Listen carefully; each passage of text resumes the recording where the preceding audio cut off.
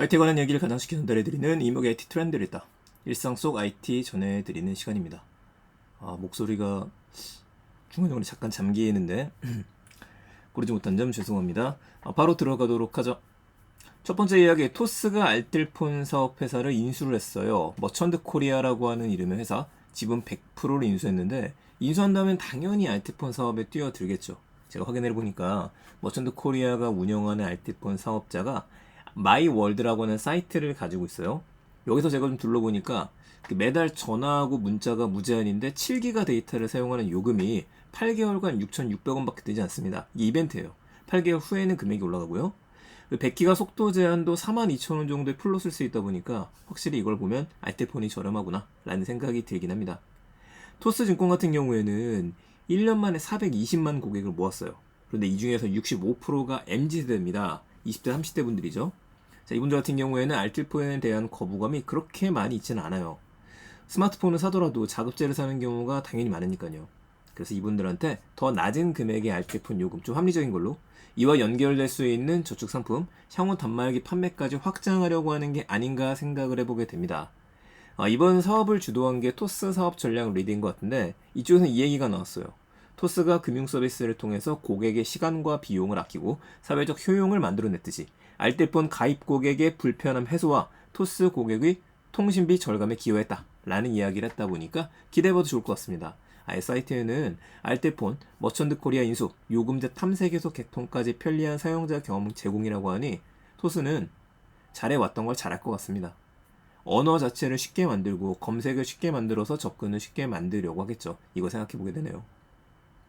자, 얼마 전에는 제가 신한은행이 알뜰폰 사업자들하고 협업하기 시작했다라는 이야기 드렸었잖아요. 근데 이번엔 토스에 이르기까지 알뜰폰을 사이에 둔 경쟁 점점 치열해질 것으로 보입니다. 첫 번째 소식, 알뜰폰과 토스가 알뜰폰 사업을 시작할 예정이다. 자, 두 번째 바로 보죠.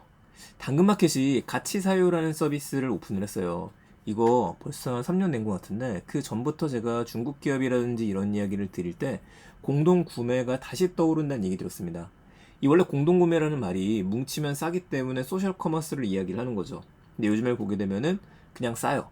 소셜은 좀 빠졌어요. 뭉치면이라는 말이 빠졌고 이걸 유일하게 이어가는 게 카카오의 톡딜 이런 걸 좀 볼 수 있는데 중국의 말 공동구매가 떠오르기 시작하면서 국내에서도 2, 3년은 걸릴 것 같다. 하지만 뭔가 나올 거다. 라는 이야기를 했고 그 시작이 당근마켓이 될 것 같았었는데 역시 시작을 했네요. 자, 이 같이 사요라는 서비스는 아무 데서나 할 수는 없고 현재 지역은 서울시 관악구, 강동구, 경기도 하남 일부 지역에서만 가능합니다. 저도 지역을 이쪽으로 바꿔보니까 들어가 볼 수는 있더라고요. 제가 들어가서 보니까 벌써 활성화가 잘 되어져 있는지 페브리지 나누실 분 이런 식으로 올라와져 있죠. 자, 이게 많은 인원이 한꺼번에 모이는 공동구매 형식은 아니고요. 최대 4인까지. 4인이 모여서 물건을 살 건데 좀 싸게 구매를 하자. 배달 음식을 시킬 때에도 근처에 있는 집이랑 시키게 되면은 한 번에 오지 않겠느냐. 이런 거를 이야기를 합니다. 근데 이건 배달하시는 분들이 좀 싫어할 수도 있겠습니다. 별개의 개발비를 받으려고 할 텐데요. 그래서 올라온 걸 보게 되면 1인당 3,800원이고 3개 구매가 개별가로 훨씬 더 저렴한데 3개까지는 필요 없습니다. 3,800원 하나씩 나누시죠. 라는 얘기를 보면 2 플러스 1, 1 플러스 1 상품들 이런 식으로 나누는 구조들 많아질 것 같습니다. 그렇다면 향후에는 더 커질 수도 있겠죠. 이거를 위해서 시작점이다 이렇게 봐야겠네요. 이 서비스는 지금 테스트를 거치고 있고 아마 한두 달 안에는 런칭, 그러니까 하반기엔 바로 런칭하지 않을까요? 그렇게 보시죠. 자, 마지막 얘기입니다. 오늘 소식들이 좀 단편으로 짧습니다. 마인크래프트에서 NFT를 도입하지 않겠다고 선언을 했어요. 이 커뮤니티를 통해서 NFT하고 블록체인에 대한 문의가 들어왔던 것 같습니다. 그러니까 관련 내용은 여러분들이 마인크래프트, 모장, NFT 이런 식으로 검색하시게 되면은 2022년 7월 20일에 올라온 기사를 보실 수가 있어요. 내용을 쭉 한번 살펴보게 되면은 뭐 가이드라인을 따른다는 얘기도 있고요. NFT하고 블록체인에 대한 입장을 좀 내놔달라라는 얘기가 나온 겁니다. 이게 알고 있기로는 한 1월달쯤에 사기건이 한번 있었죠. 그래서 NFT가 뭐에 대한지에 대한 정의하고 그리고 이거에 과연 마인크래프트라는 게임에 미칠 수 있는가 어떤 것들이 있느냐 그런 얘기를 쭉 한번 풀어놨어요. 결론 짓자라고 한다면 블록체인 테크놀로지 같은 경우에 허용하지 않겠답니다. 이런 것들을 허용했을 경우에 문제가 될 수 있다라는 얘기인 것 같아요. 그리고 NFT 같은 경우에는 이 가격 책정에 있어서 굉장히 투기적으로 되어져 있고 투자에 대한 사고방식, 그러니까 투자 때문에 접근하는 사람들 보게 되면은 우리 마인크래프트 게임을 진정 재밌어서 하는 게 아니라 투자의 목적으로 돈을 벌려는 목적으로 하는 거에 대해서는 맞는 것 같지 않다라는 의견인 것 같습니다. 그래서 마인크래프트는 계속해서 게임에서의 확장성 이런 것들이 들어가더라도 더 재밌게 만드는 것들을 요소로 둘 것 같아요.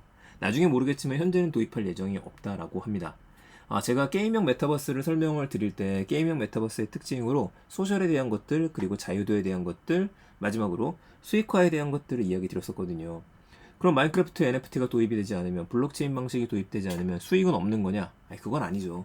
로블록스를 생각해 보셔도 괜찮아요. 로블록스가 블록체인과 NFT를 적극적으로 도입하는 회사는 아니잖아요. 그럼에도 불구하고 지금 승승장구하고 있죠. 모든 게임이 블록체인화 될 필요는 없습니다. NFT도 마찬가지고요. 필수 요소는 아니에요. 있으면 좋은 건데, 그래서 마인크래프트는 안 하더라도 비슷한 다른 류의 게임들은 도입하는 것들 있죠. 더 샌드박스도 마찬가지고요. 이번에 NFT 도입 안 한다는 소식이 더 샌드박스에 대한 기대감은 오히려 불러오지 않을까 싶고, 정말 게임에서 제일 중요한 요소는 무엇인가, 이걸 다시 한번 생각해보게 하는 게 아닌가 싶네요. 자, 오늘 소식 3가지로 정리했습니다.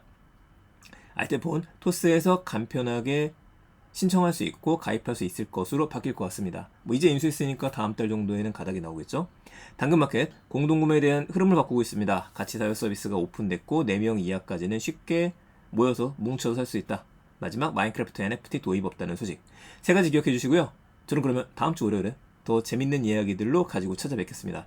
즐거운 주말 되세요. 다음 주에 뵙겠습니다. 감사합니다. 일상 IT였습니다.